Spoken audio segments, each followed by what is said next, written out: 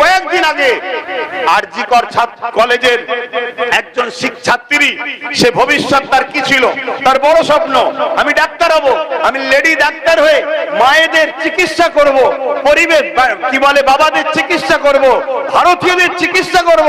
আজকে সেই বোনটার স্বপ্ন চুরমার হলো। শুধু চুরমার নয়, কিছু দরিদ্রা তাদেরকে ছিঁড়ে টুকরো টুকরো করেছে, তার ইজ্জত আবরুকে লণ্ঠন করেছে। আজও কোনো বিচার হচ্ছে?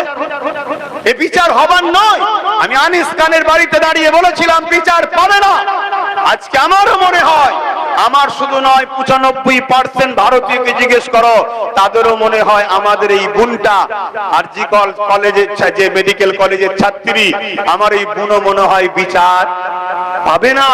কেন? আমরা ভারতীয়, আমাদের বিচার, আমাদের উপরে যারা জুলুম করবে তাদের বিচার হয় না। আমার দেশের সেজে দেশের মধ্যে